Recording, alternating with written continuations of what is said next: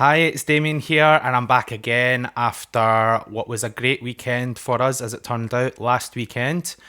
Obviously, with our rivals dropping more points, the pressure's on us again on the Sunday to deliver, and once again, deliver we did.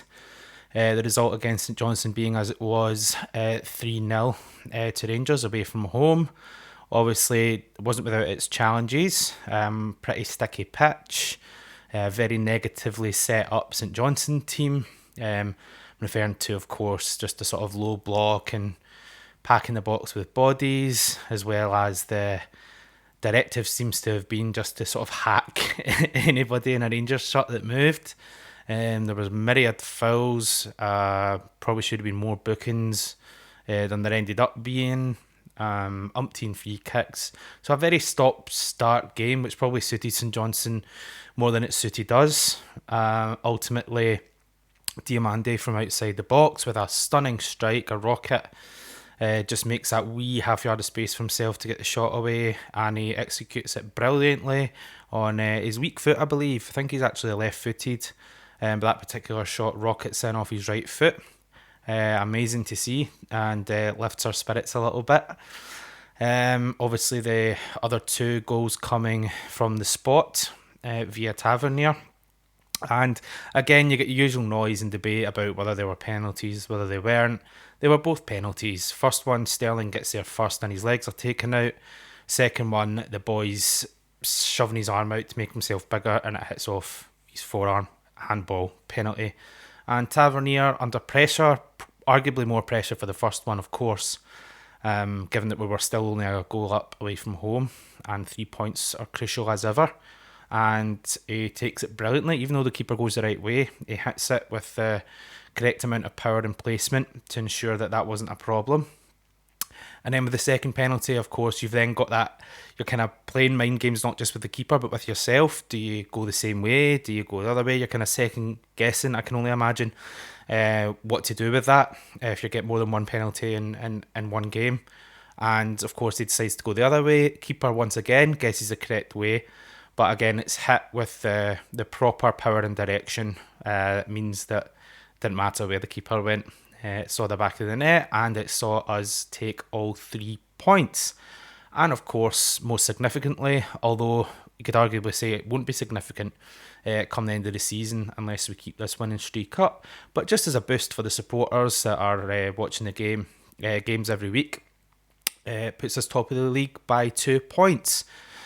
Obviously, prior to the weekend's round of fixtures, there was a few of us, myself included, that were a little bit frustrated that we didn't take our opportunity and capitalise on our jaw-dropping dominance against Ross County midweek to do the damage goal difference-wise and go top there. However, I think most of us at that point in time wouldn't have imagined that we would have had an opportunity to go top on points so soon after that game. So to firstly get that opportunity and secondly to take it and emphatically is very, very pleasing.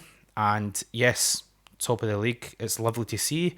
But as many will rightly point out, from both sides of the support, it's meaningless unless we continue on with the momentum. And keep taking those 3 points. So just a word on that. Obviously the turnaround, whatever you want to call it, pendulum swing, change of momentum, whatever, since Philippe Clement came in. Obviously he's done a fantastic job with a group of players that he has under his charge. He's had to deal with a ridiculous number of injuries. He himself has even remarked on how kind of mad that seemed to him. He's had to deal with a few kind of underperforming or players that are in a bad run of form or just not really performing particularly well, coupled with the injury issues. He's done a fantastic job, I think anyone would say, with the group of players that he came into. But I want to talk briefly about the media side of things and how well our manager seems to handle it and potentially the effect that might have on our support and that synergy that he often refers to. Obviously, since he's come in, he's been extremely professional, calm and non-committal when journalists are trying to catch him out with sort of loaded questions that make a quick, cheap headline. He's very kind of savvy to that kind of thing and doesn't kind of make any big statements or make any daft comments that could then be used against him. So in that respect, he's got a good command of the room, I think, during his press conferences, and a good command of the language, actually, when you consider that English isn't actually his first language. An impressive guy to watch and to listen to. On the other hand, relating this back to the sort of swing in momentum and the sort of gap in points having been made up and now overtaken, when you look at Rodgers at the other side, and we don't like to talk about them loads, but in this particular comparison I'm making, I want to touch on that a wee bit. Rodgers is far from being calm, professional and non-committal. He comes across as a little bit, cocky, certainly earlier in the season, not so much now, and a bit arrogant and a bit incoherent at times. I remember a few of the choice statements was, I've been here against 5 Rangers managers and they're always coming.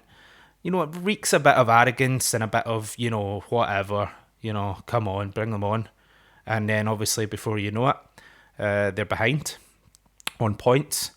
And then he's challenged on that and he starts getting a bit mixed up with the numbers, the points difference, getting a wee bit annoyed and flustered at that. And of course then claiming that the narrative from outside would have anyone believe that Celtic were struggling, when in fact the narrative is very much coming from their own support. So a little bit kind of colourblind and a little bit kind of tone deaf in some of his statements. It doesn't make a lot of sense, and I think that is part of the sort of swing that we've seen in momentum. A lot of that has been the sort of control, the confidence, the calmness with which our respective managers have dealt with the media, and in turn the impact that has on the support. And Philippe's famous word when it comes to the support is that synergy. And it is an important thing.